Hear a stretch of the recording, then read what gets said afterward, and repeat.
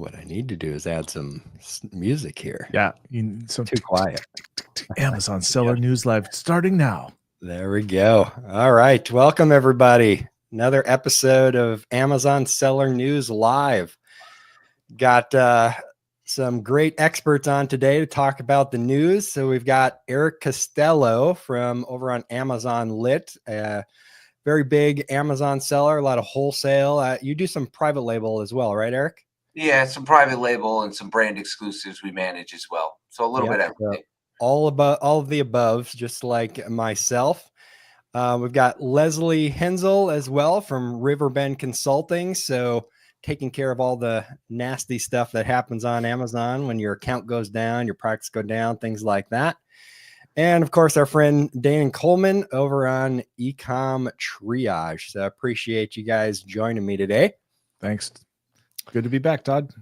Yeah, absolutely. Friday, once again. I like doing the news because it seems like it makes the week go faster for me. I'm always preparing for the news, keeping up to date on all the Amazon news and everything else. So we've got some really big news today with the release of Amazon Haul, some capacity constraints with Amazon, dangerous goods shipment things that are going on, and then of course some interesting news with 3P sellers and 1P sellers. So let's go ahead and dive right into it here.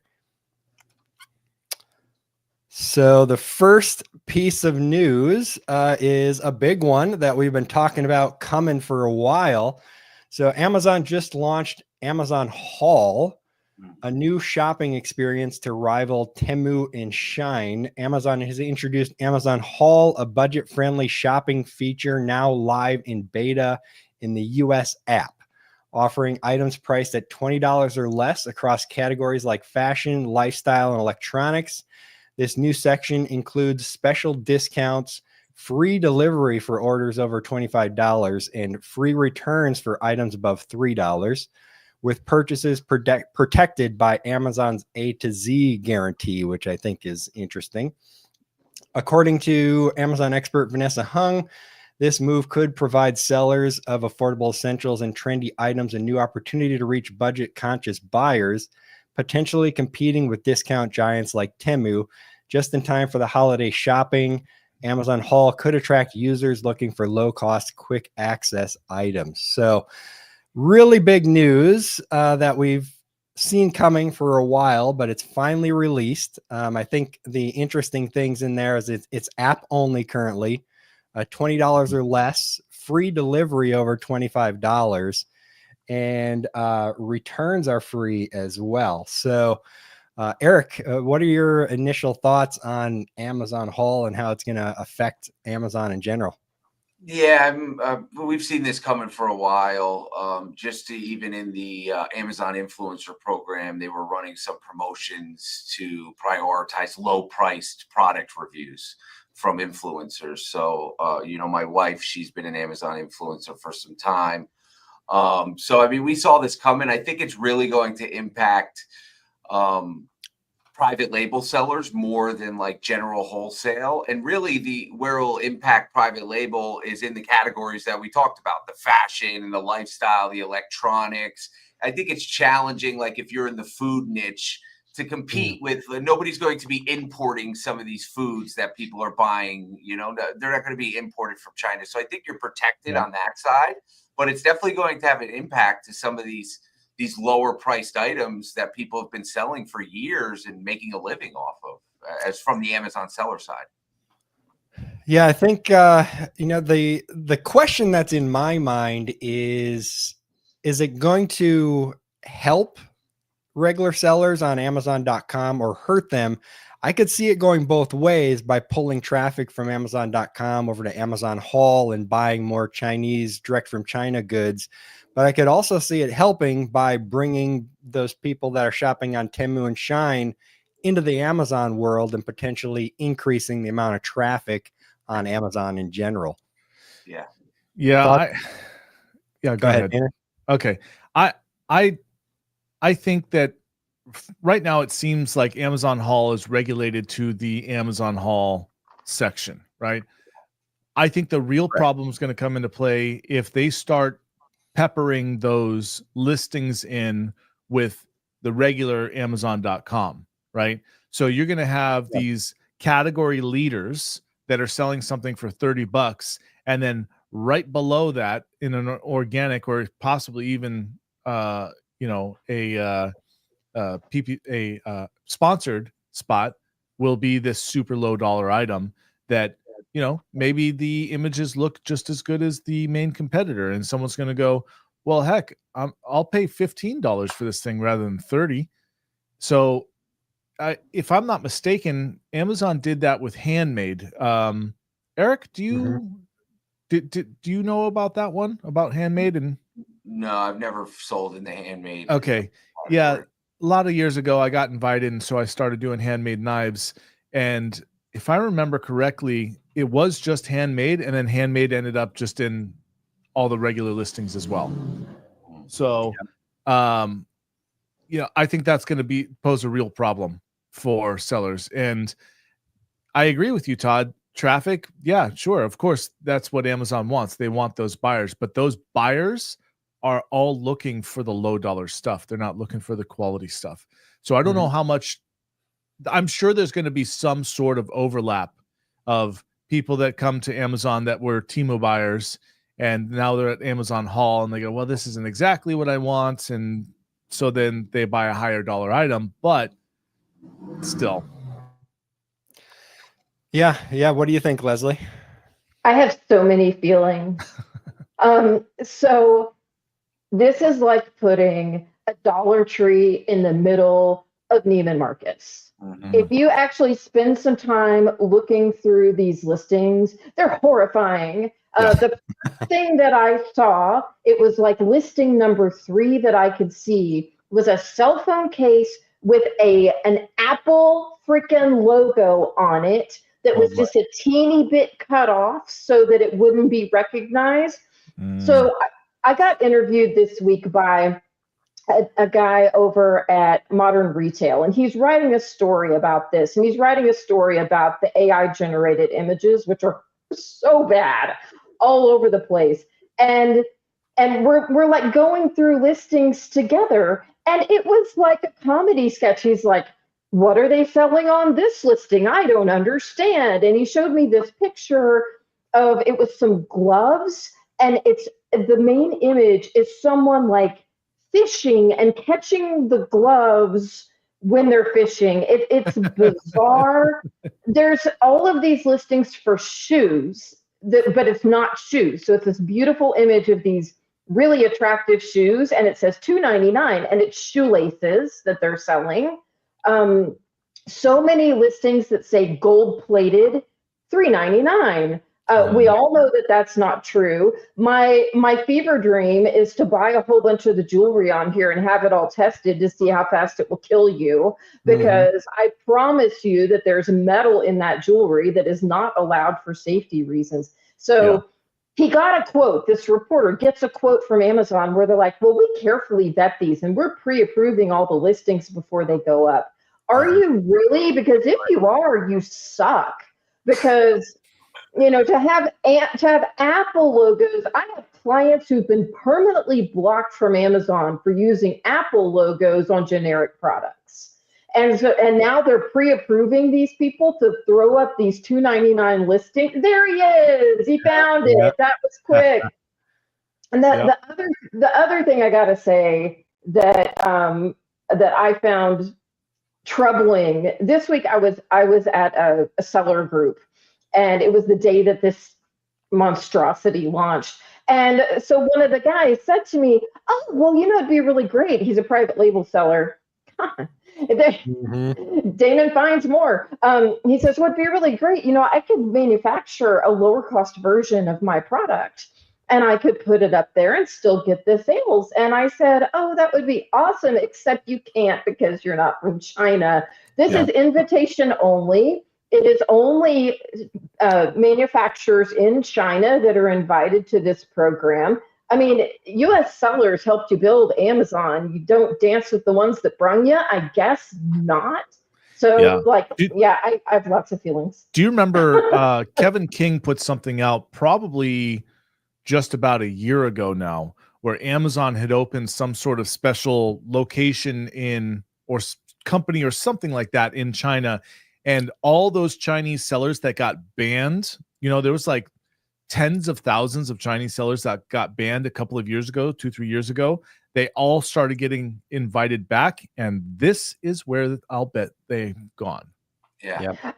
I wouldn't be surprised at all, because I have talked to other service providers who have done business development efforts in China, who have told us that they know sellers in China who get help from Amazon with being suspended that US sellers can't get. I just do not understand.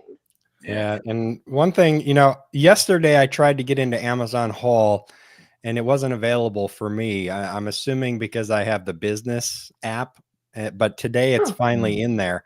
But I'm going to blow my screen up. If you look at these listings, I'm assuming it looks like they don't have the same rules as us, because every one of those listings would get taken down. Yeah. They don't have white backgrounds. To do it. Yeah. So they're all not focusing very good, but they're all in violation of the policy that it's supposed to be on a white background, and they've got text on there and everything just going crazy. Here's apparently they don't have to play by the same rules as us. Blow my video up. There's let me move you up, and there we go. And they're all misleading as to what the product actually is, what you receive. There, and that's, to me, that's what makes it really garbagey, is because Amazon has always built its platform on buyer trust, and this is like a magnet for blown up buyer trust. And I always feel like too, Amazon's the last place in the world to realize inflation. I mean, everywhere else, cost is going up, prices are going up. Our average sale price 5 years ago was $17. Now it's nearly $30. And here they are introducing these, products as low as $1. It's like, it doesn't even make logical sense. Yeah. Yeah. Well, interestingly, in the news a couple weeks back, I read that inflation on Amazon.com has outpaced general inflation.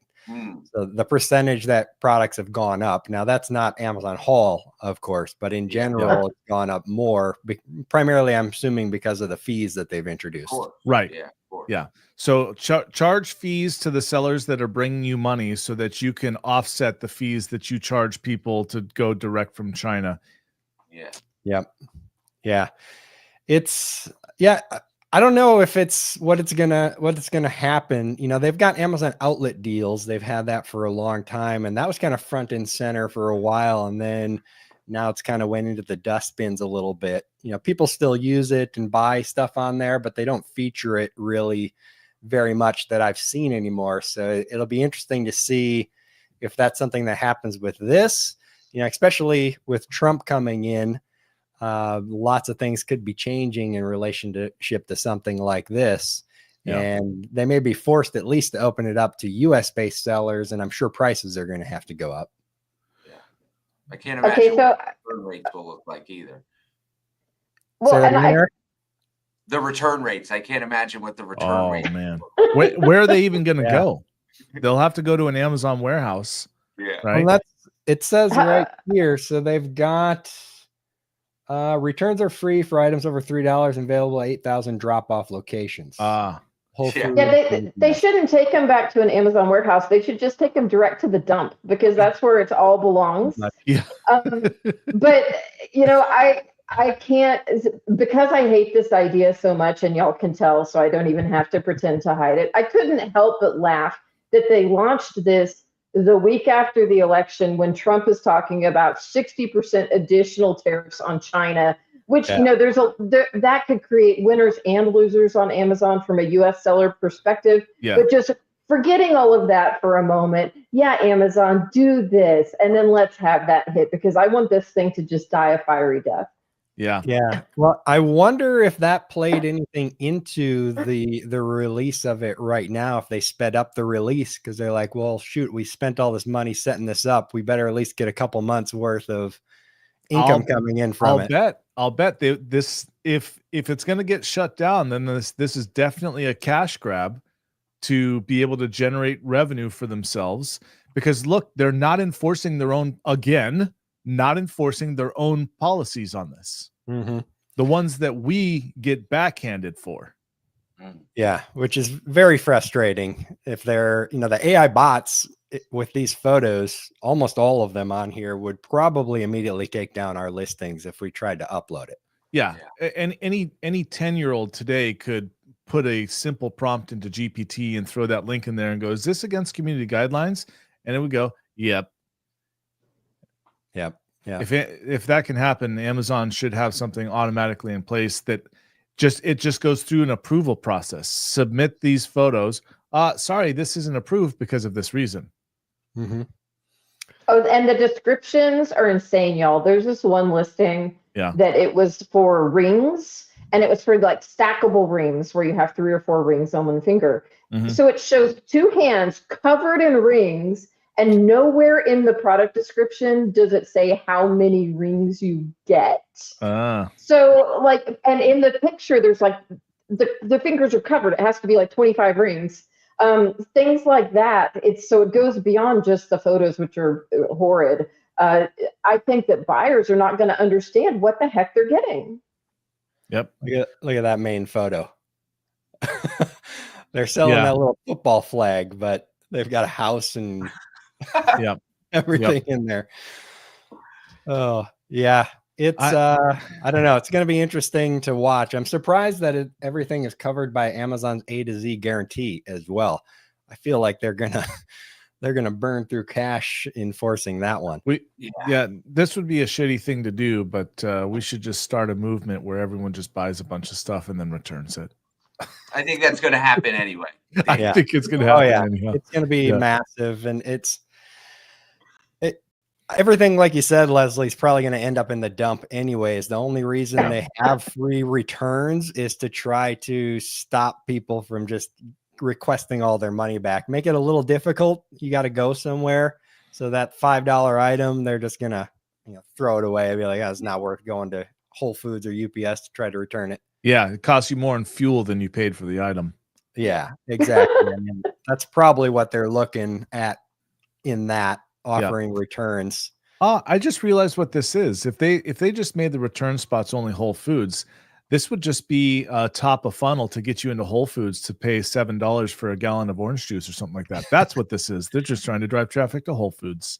Yeah. Well, it says including Whole Foods and UPS. But how many people that are shopping on Amazon Haul are going to shop at Whole Foods?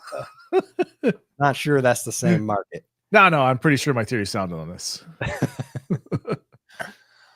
All right. Well, any other final thoughts before we move on to the next news here? I think Leslie's feelings pretty much sums it up for most of us. I think the last thing would be over under on how long you think it'll last. I give it like 3 to 4 months tops. I mean, Yeah. I don't think it's something that's going to go away, but like I said, with the deals sites that they've had set up, they just kind of, fall further and further down the menu.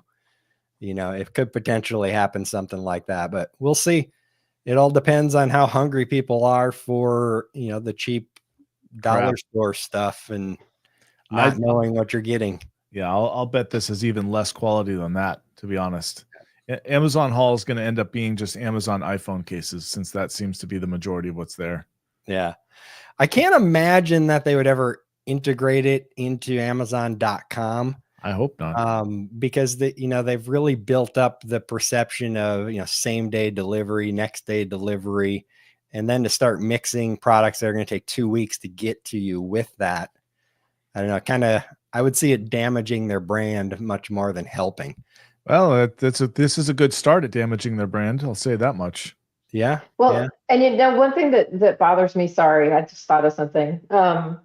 One thing that really bothers me is that they said, no topicals, no ingestibles. So they're kind of acknowledging there's some safety issues here, and yet they're selling, and no children's products either. Yeah. But they're selling jewelry and they're selling kitchen equipment.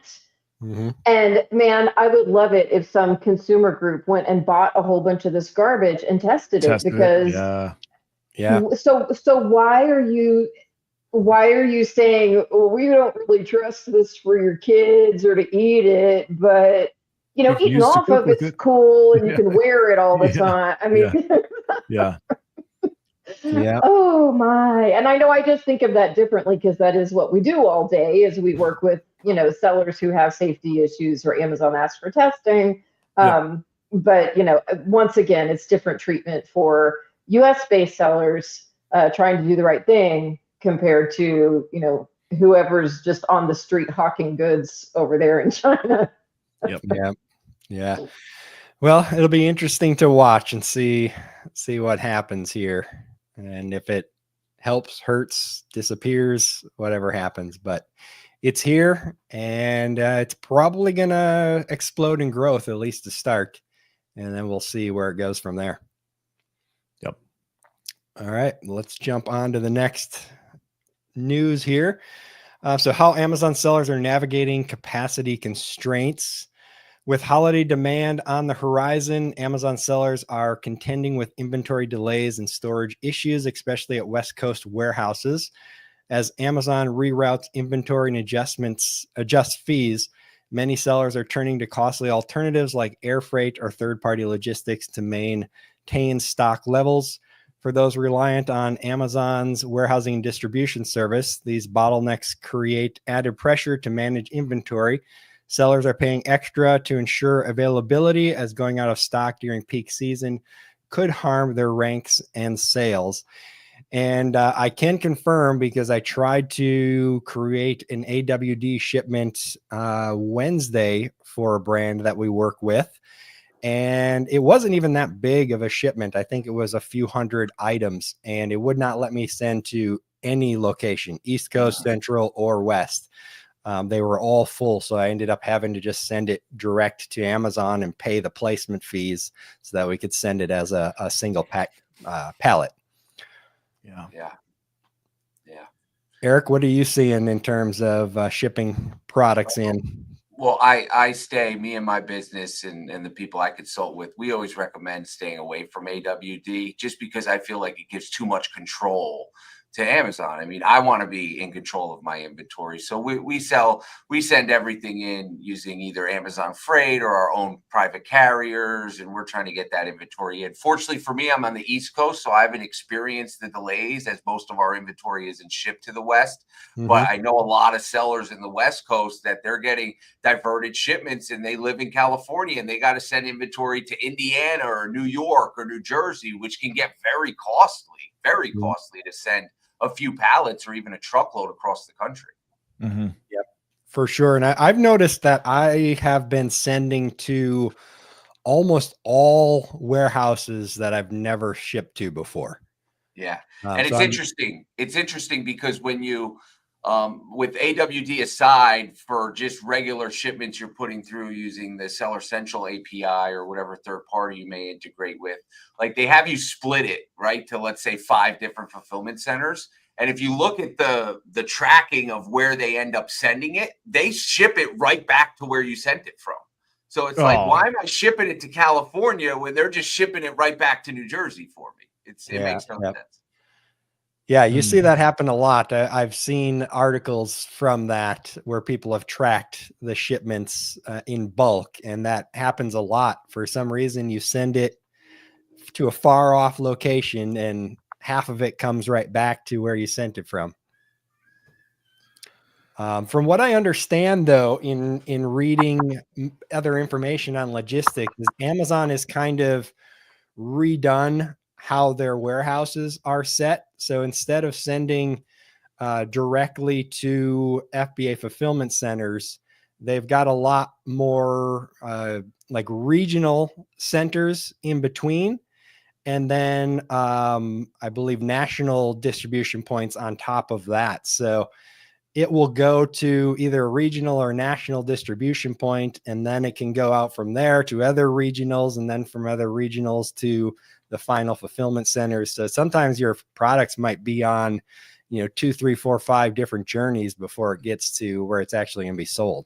You know what that makes me think of? It's slightly off topic here, is that every time your package has to be handled, the percentage chance of it getting damaged goes up exponentially. Mm-hmm. So I'm wondering if we're going to see a lot. So most of you know that I think you all know that I've been in the review business for quite some time now. And one of the most common reviews, negative reviews that we would get removed are product arrived broken, right? Yep. And I'm wondering if we're going to see an increase in the number of critical reviews that brands get on their products because their products are arriving broken because it's being handled 5 times rather than 2. You know, it's probably more than 5 times, but 10 times rather than 2 or 3 or 4. Yep. Yeah. It really feels like Amazon is also set up kind of a damned if you do, damned if you don't scenario here. Yeah. So I want to piggyback on what Eric said, that thinking that you can rely on Amazon for everything is a bad strategy. And I have annoyed people that I work with for years by telling them that in Q4 you've got to have a merchant fulfilled strategy, whether you're using a 3PL doing it for you, doing it yourself out of your basement. I don't care how you're doing it. Yeah. Because you cannot trust Amazon in fourth quarter. They have amazing logistics and they still blow it every fourth quarter just because of volumes. It's rough. And so, I know that it's really attractive, like this AWD thing, it's going to solve all these problems. Last year, I had my stuff at the warehouse. It didn't get received for 4 weeks. I mean, we've all had these things happen to us. Sure. And so you get frustrated and you buy in, and they're offering rock bottom prices right now to get you addicted. They're just like the dealer down the street. They want to get you just like AGL, right? Global Logistics. Yep. It's like a quarter the price of your other options. So they get you in there and they get you hooked, and you let go of your vendors, and then you're stuck with them. And then these things happen. So I have a couple of different friends who really smart. They're using the AWD solution for a portion of inventory. Then they're still shipping direct with UPS to warehouses. And then they also have product at a 3PL. And I think this is one of those scenarios we should all learn from, that diversifying where your stuff lives for fourth quarter is the key to making sure you can actually get it sold. Yeah. Yeah, it's from what I've heard as well. Now, I don't ship typically full truckloads. I'm usually doing LTL, but full truckload, if you're able to do a full truckload, is still doing very well. It's one of the cheapest ways to ship into Amazon because you can basically get usually a single delivery point and not have to pay the fees, the inbound placement fees to do that. And the rates for a full truckload compared to LTL, I mean, an LTL shipment for say 4 pallets might be $400 or $500, and a full truckload potentially could be like $600, $700, $800, depending on how far you got to get it to go. And that's what a full truckload, I believe, is 26 pallets, 24 pallets. Yeah, you could squeeze 30 in there, but the average will be like 24 to 26. Yeah. Yeah. So if you're able, the full truckload is the way to go, or maybe work with other sellers to try to get to a full truckload if it's possible as well. Yeah, we see that. We send about 8 to 10 full truckloads a week to Amazon fulfillment centers. And I think it's even worth it for if you're a smaller seller. If you have 6 or 7 pallets, it's worth it to get the dedicated full truck, because then you'll most likely get a live unload. Because when you're doing LTL and you have shared products and carriers, especially if it's an Amazon partnered carrier, they have no problem parking that truck in their warehouse parking lot for 2 weeks until they unload it. But if it's in a live unload, it has to be unloaded immediately. And how do you deter? So you're saying that if it's LTL, that they'll happily drop it, but if it's a full truckload, it's live unload no matter what? Or is there some other scenario that you need to know? Well, I mean, and this is why we don't typically use partnered carrier. We prefer to use our own carrier or Amazon Freight, because Amazon Freight will have dedicated lanes with guaranteed live unloads. But when you use a non-partnered carrier, Amazon doesn't own the truck, so they can't leave. They got to get it in and out. The driver has to come in for their appointment and leave. Got it. That makes sense. That's interesting. Okay. So, and what is the cost difference between using the two, roughly? So right now, with one of our private carriers for a full truckload about 200 miles south of us, it's about $450. And what would Amazon charge for roughly the same?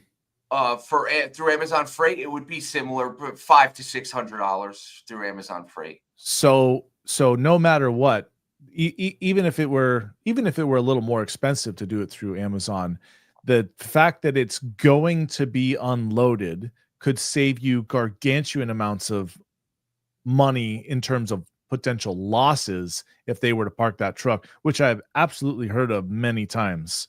And it's happened to my inventory before on an LTL as well. Yeah. Yeah. I mean, if you don't control your inventory, I mean, it's very challenging to grow. Yeah. Yeah. I think I was consulting a brand that does electric dog fences, and they've just got 700 SKUs or something like that. And I had them move all.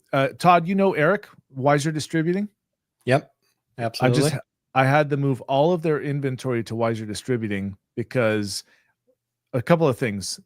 They can ride on Weiser's truckloads, so that saves them money right there. I think that what I'm getting at is I think that 3PLs are going to be borderline a necessity, because the number of products going into Amazon, especially since, well, anyhow, the number of products are going up, right, and are increasing. So I think having a 3PL that can be really quick and on it is going to be a better use of your time and your money than trying to do it all yourself. Unless you're at, Todd or Eric's level, you guys, you capture that savings for your own business. But if it were me and I only needed to send in a couple pallets a month, like, I'd have my inventory somewhere else. Yeah, like Eric said, you don't want to fully trust Amazon with everything. So I think in the best case scenario, you're utilizing a combination of FBA, AWD, and a 3PL to cover all your bases. Because AWD is nice because it is so cheap to drip product into Amazon. I mean, you're talking $2-3 a case.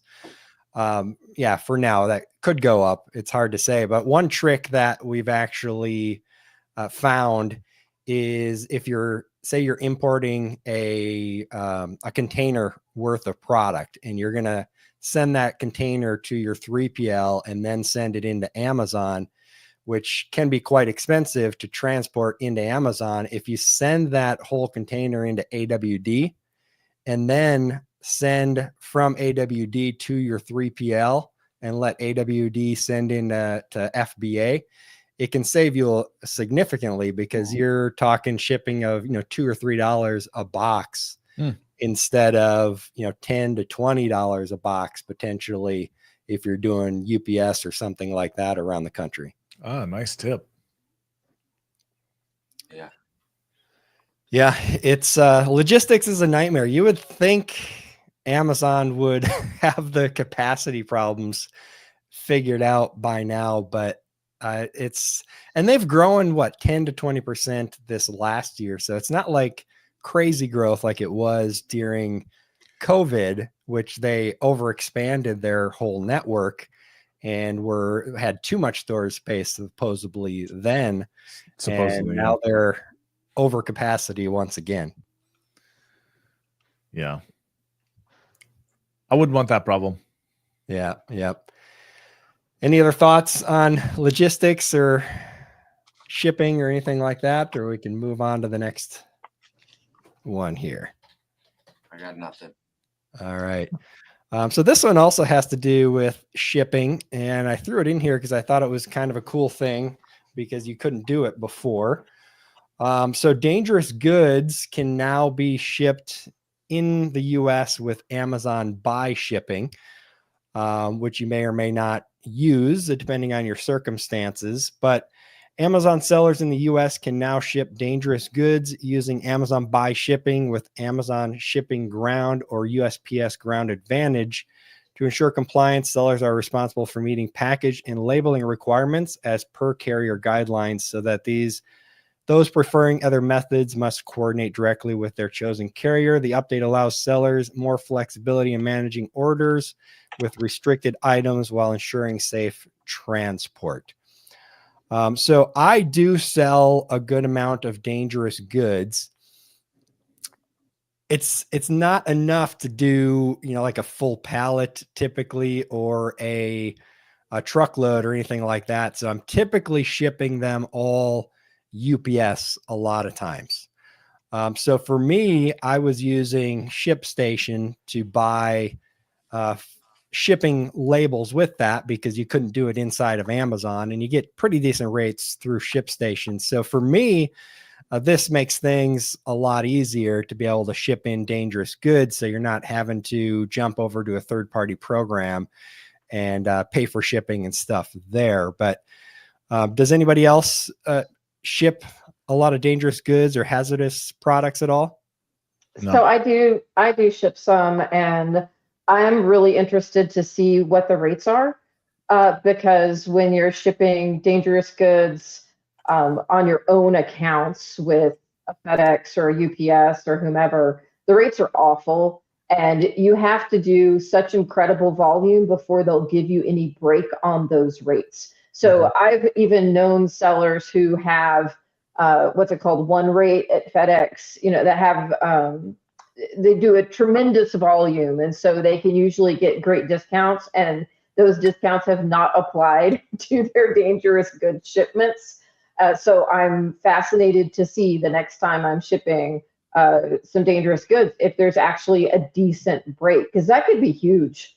That could be absolutely huge for people. Y'all, we're talking it costs 4 to 5 times as much sometimes, depending on what the code is. It's horrifying when you're shipping these, and you have to make sure it really makes sense. So I'm very excited. It's rare that I'm super excited by a policy change at Amazon, but there you go.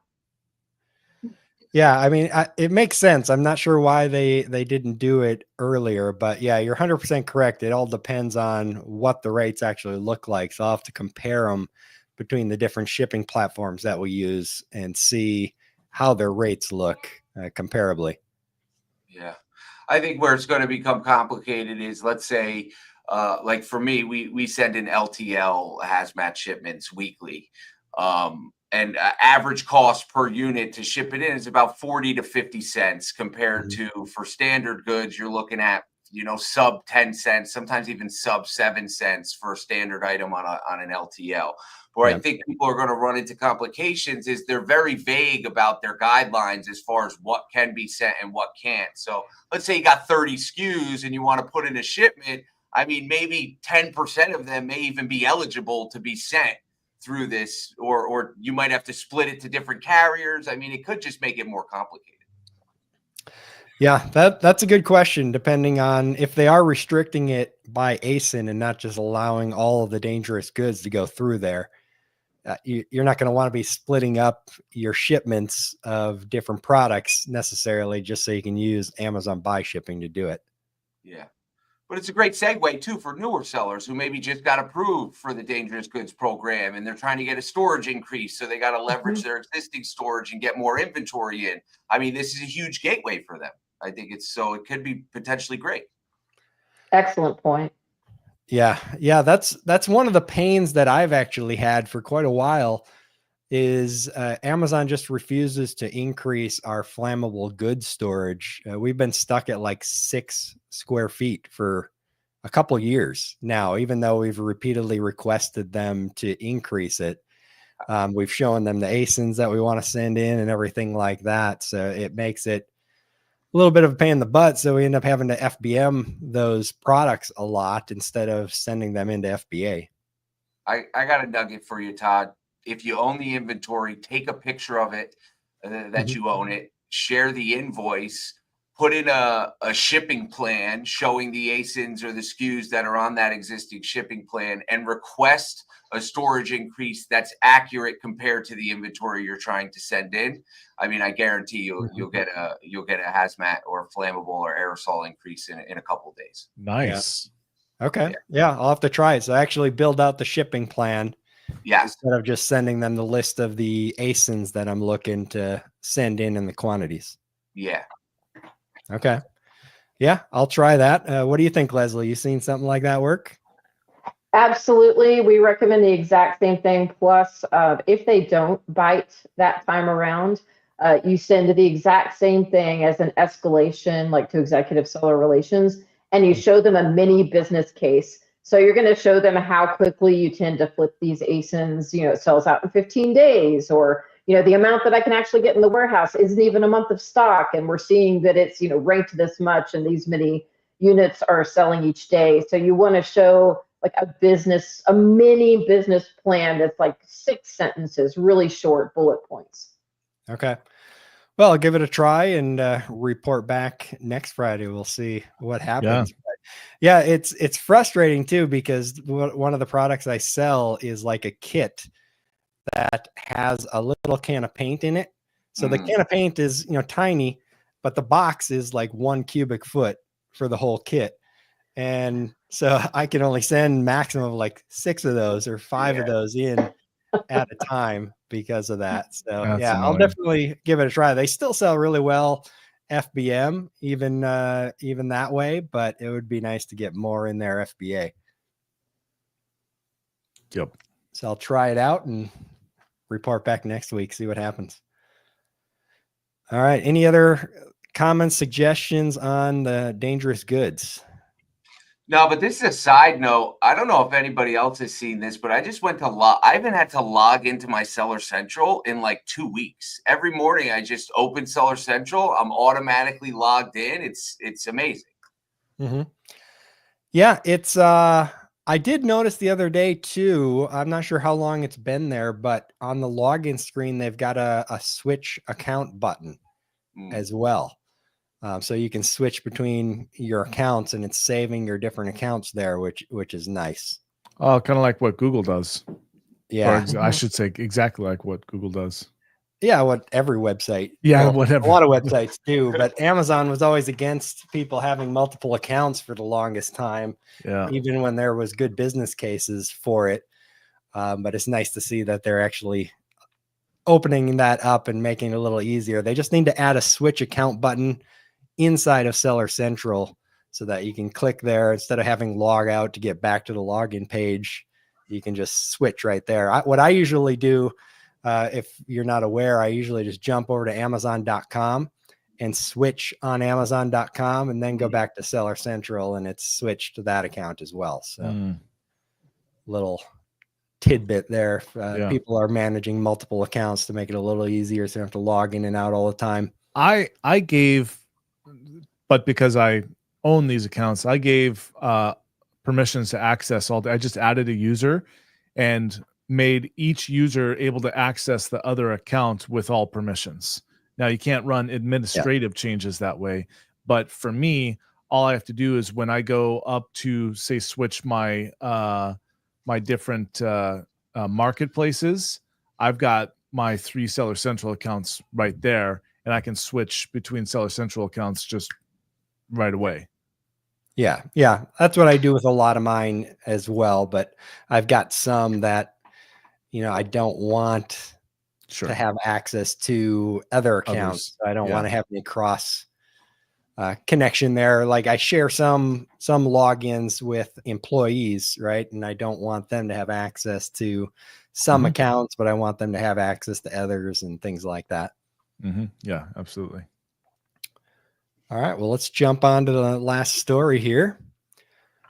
So small brands, really should say small third-party sellers spend 3 times more on Amazon ads than 1P sellers or big brands. So it says Amazon sellers, especially third-party brands, are spending significantly more on advertising than established first-party brands to compete on the platform, According to Smart Scout's analysis, 3P brands allocate 127% more on sponsored products and 146% more on sponsored video ads relative to their revenue compared to 1P brands. The dependency on Amazon as a primary channel for 3P sellers drives this ad investment, contrasting with larger brands that benefit from brand recognition and can afford to spend less on bottom of funnel advertising. As Amazon opens access to more advanced advertising tools, including DSP for smaller brands, 3P sellers may have new opportunities to balance brand building and direct response ads, intensifying competition across all stages of the sales funnel. And they've got this little graphic here that kind of breaks everything down for us. So some pretty cool information, and I think maybe highlights a little bit as to why Amazon is kind of pushing some people away from 1P and towards 3P because they maybe want those extra ad dollars. Yeah. And I also think some of these 1P brands, I mean, and they touched on this a little, like the Huggies and the Adidas and the Apples of the world. I mean, the brand recognition for those companies is so massive that the ad spend on Amazon doesn't need to be near as large as it would be for like a medium-sized 3P seller who's looking to scale their company. Exactly. Yeah, that's exactly what I was thinking too. They spend that much more because they're competing with someone who's looking for the big brand. Yeah, but I think this applies, they talk about big brands and small brands, but this applies to any size of brand, because if you look at first party sales, anything that's sold by Amazon resale, a majority of those listings are garbage. Yeah. So the brands are not doing anything to improve their sales. So they're definitely not running ads. I contact these companies to try to let me help them and sell third party for them and increase their sales and everything. And most of them don't even know anything about sales on Amazon. They're just selling to Amazon.com because somebody got them connected into Vendor Central at some point. Yeah. Those are my favorite type of companies to pull away from 1P. Yes. And present to them the value of working with a company like ours or yours, Todd. Or I mean, there's just so much more control over what Amazon does. Yep, for sure. By the way, Leslie just chatted in that her earbuds just quit working. So I don't think she can hear us anymore. Okay. All right. Well, that's no good. Yeah. Hopefully she can get them working there. Yeah. So with 1P, I think the only people who should be on 1P are brands that have significant brand presence and they can rely on their brand name to sell their products for them. Other than that, pretty much everyone should be doing 3P either themselves through brand partnerships with someone like myself or Eric, or working with an agency that's going to help them run their products, things like that. Something, but they definitely shouldn't be doing 1P if they actually want to increase their sales on Amazon. Yeah. And correct me if I'm wrong, but I almost feel like the data, I mean, it makes sense that 3P sellers are sending more, because right here on what you're sharing, it's 7,500 brands versus 40,000 brands. Yes. Mm-hmm. So it's like, of course, the 3P spend is going to be drastically higher. I mean, it's what? It's 6x of what the other number of brands. Yeah, but they're talking about the average. So the average, where was it? Average review. No. 3P brands spend on average 127% more than a 1P brand. So as an average. Yeah. So that's not like in total. Yeah, total, of course, is going to be higher. But what they're doing is comparing the average monthly revenue to the average monthly advertising spend. And look at that 1P revenue. It's over 3 times what the average revenue. Yes. That's brand recognition for you. Yeah. Yeah, and that's going to be going up because the consensus is that Amazon has been chopping a lot of 1P sellers that are under $1 million in revenue. Mm-hmm. Yeah. And I think what's interesting too, I mean, the average amount of sellers per brand, 1P, it's like, hey, I want to give my product to Amazon so they can help grow my brand. And there's 8 different sellers, including Amazon, selling on those listings. Yeah. On average. It's crazy. Yep.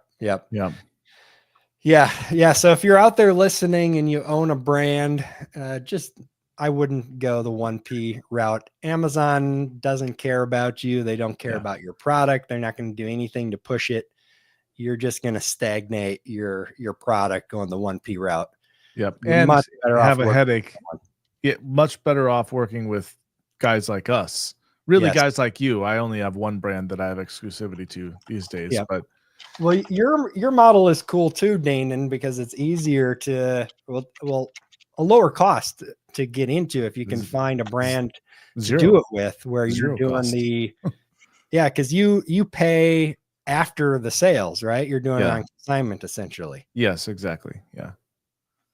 Yeah. So any of those models, but work with someone. And if you're someone out there looking to sell products, find those brands that Amazon is selling and their listings are garbage. Yep. Reach out to them and try to improve their sales for them. Yeah. Do you know how to figure out if someone, well, you know how if it's 1P, it's shipped and sold by Amazon. I wonder if there's a way you could create a list of brands, and I'll bet you Smart Scout has this data. Definitely. But create a list of brands that I only want to see brands that are shipped and sold by Amazon. Boom, there's your hit list. Start contacting those brands. Oh yeah. You can do that easy in Smart Scout. Mm-hmm. Yeah, it would just be Todd probably sorting by the in stock of Amazon in stock percentage. I mean, if it's at 100%, then it's clearly. But that compared to the 8 sellers, I mean, that might not work that sort in Smart Scout. Now that I think about it. Yeah, I mean, it might even be better to select. Show me the ones where Amazon has been in stock. Like 25 to 50% of the time, and doesn't have any FBA sellers or something like that, because then you're looking at brands that Amazon is really hosing because they're not even keeping their products in stock for them. So those might even be better to reach out to. Good point. Or maybe they just have FBM sellers, or just 1 or 2 FBA sellers or something like that, and Amazon goes in and out of stock. I don't know how Amazon is so horrible with inventory management but they have that on a lot of products that just go in and out of stock all the time. Same story. It's a logistics issue. Yeah. But we got to fit into that little window, right? Yeah. Above 28 days, below like 60 days to make sure we're not getting hosed on storage and low inventory fees. Yeah. That's what really kills me is Amazon's, position of do as we say, not as we do. Yes, for sure. Yeah. Does anybody have any actual information? I know they like what the actual number was. I heard it was 5 million. I heard it was 2 million, but they removed a lot of 1P relationships. Yeah. I don't know what the real number is, but I've heard he does, but yeah, probably not. I would like that list. Yes. Yes, for sure. But most of them, from what I read, they were smaller sellers, under $1 million in revenue. Yeah, but if you just got 10 of those,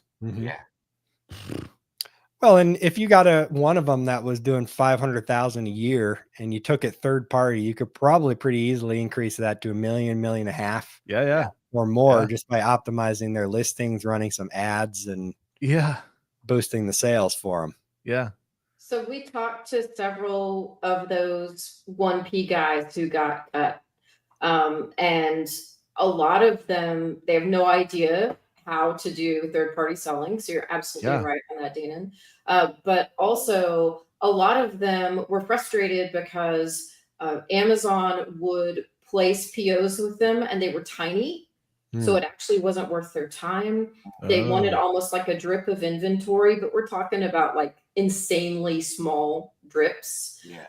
Because everything's automated. They didn't have an account manager. No one would ever speak to them. They couldn't introduce new products. They couldn't get new POs for new products. Or Amazon did that thing that they do where I talked to two different guys who had products that Amazon ran some kind of a special or a sale or a deal and then didn't raise the price again. So it became unprofitable.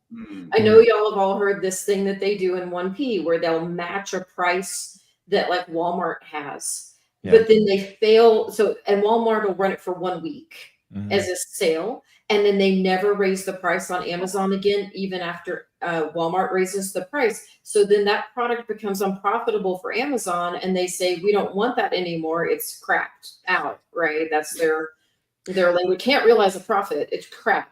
So they won't buy it from you again. And they'll even do, here's what's nutty. You got to buy They'll it back. do that for a color.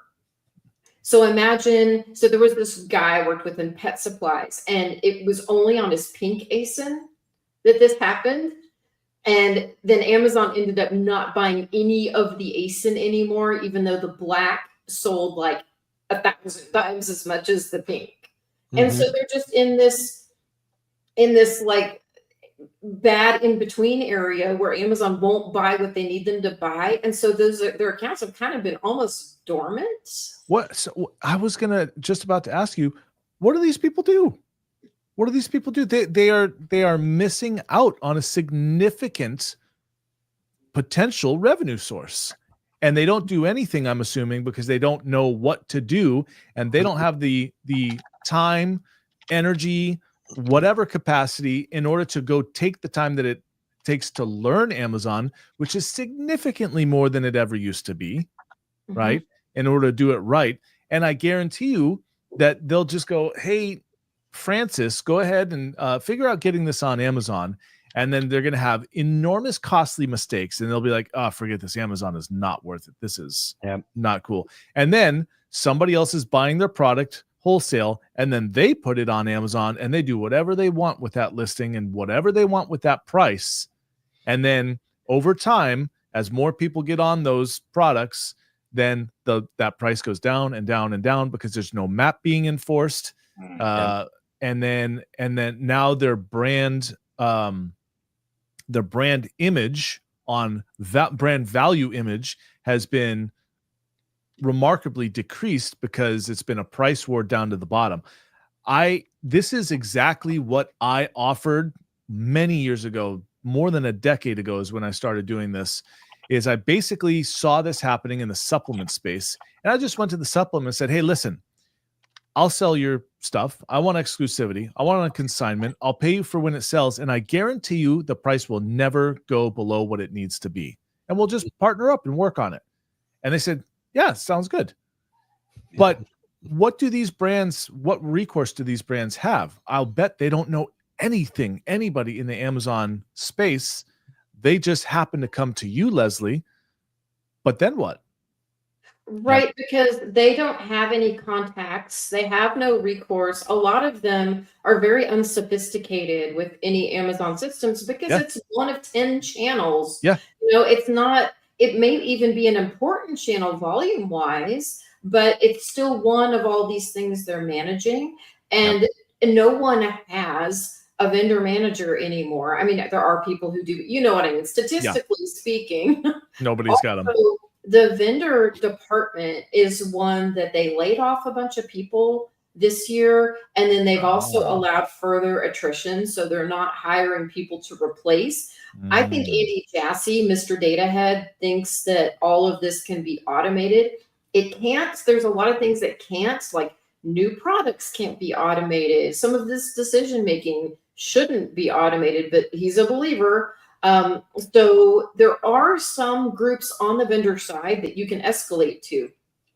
Just like there's executive seller relations, there's executive vendor relations, and people don't realize that exists. It also has a really weird email address. So it's not like, oh, I can write to Jeff at. I mean, you could, but that's going to get lost. You really need to go to this weird email address. and push really hard to get someone. And then usually we end up going to someone who's over brands or someone who's over growth at Amazon to try and just we've had to do the same thing with price increases, which is why there's another group of vendors who are fine with Amazon kicking them off, frankly, because Amazon won't give them reasonable price increases after the inflation of the last several years. They can't even get, a 5% increase. And so they're getting killed. Yeah. And all of their other, like Target's raised their price, Walmart raised their price, all the other places they sell raise the price, and Amazon won't play ball. But my biggest concern in all of this from a macro perspective, because as sellers, what do we all benefit from? We benefit from Amazon being the everything store. We benefit from traffic that comes in.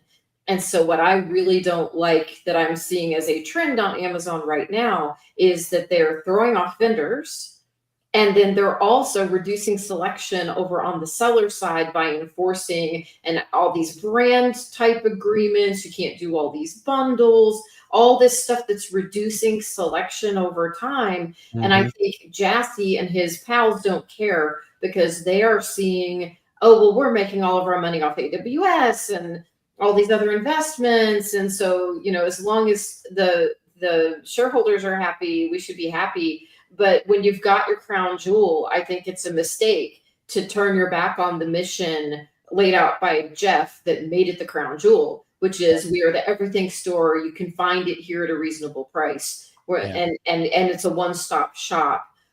So that's my sads about the cutting back on vendors and also hurting a lot of sellers and these new policies that cut back selection. Yeah.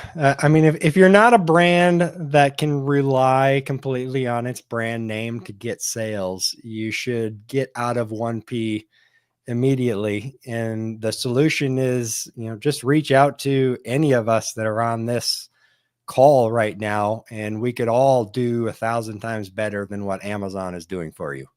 Yeah. Guaranteed. That's probably an understatement. What, you're saying that you pay that co-op fee and don't get anything out of it? Is that what you're saying, Tom? Yes, 100%.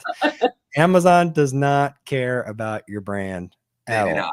No, so find someone who does care about it.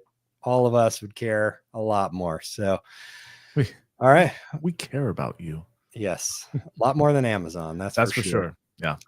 All right, we are over the top of the hour. I appreciate you guys all coming on the call. This has been fun, and everybody out there watching, I appreciate you watching as well. And we'll see you all next Friday for another round of Amazon Seller News. All right, let's hope it's good news this time. We'll see. Good news. Yeah, thanks, Todd. This was awesome.